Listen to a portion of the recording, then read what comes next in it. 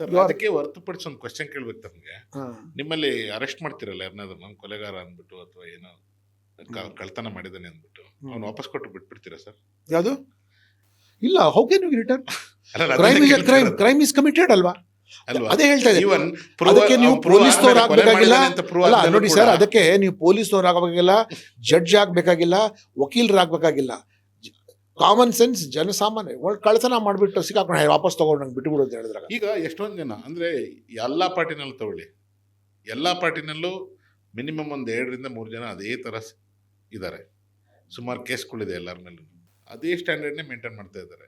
So ಹಾಗಾದ್ರೆ ನಮ್ಮ ಮುಂದಿನ ಪೀಳಿಗೆಗಳಿಗೆ ಏನ್ ಹೇಳ್ತಾರೆ ಇವರೆಲ್ಲ? ನಾನು ಮೇಲಿನ ಮೇಲೆ ಹೇಳ್ತಾನೆ ಇದ್ದೀನಿ, ಯುವಕರಿಗೆ they should come into politics, they should come into politics. Educated ಯುವಕರು ಬರಬೇಕು, ಅಂಡ್ ಧೈರ್ಯ ಮಾಡಿ ಅವರು ಬರಬೇಕು.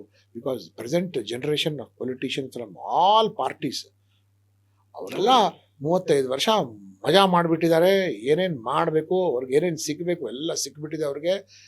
ಬೊಕ್ಕಸದ ದುಡ್ಡಿಂದ ಅವರು ಅಗರ್ಭ ಶ್ರೀಮಂತರು ಕೂಡ ಆಗೋಗಿದ್ದಾರೆ. ಹೌದು, ಅದು ವಿಶೇಷವಾಗಂತೂ ಉತ್ತರ ಕರ್ನಾಟಕ ಬಗ್ಗೆ ಅಂತೂ ನಾನು ಇನ್ನೂ ಕಟುವಾಗಿ ನಾನು ಟೀಕೆ ಮಾಡ್ತೀನಿ.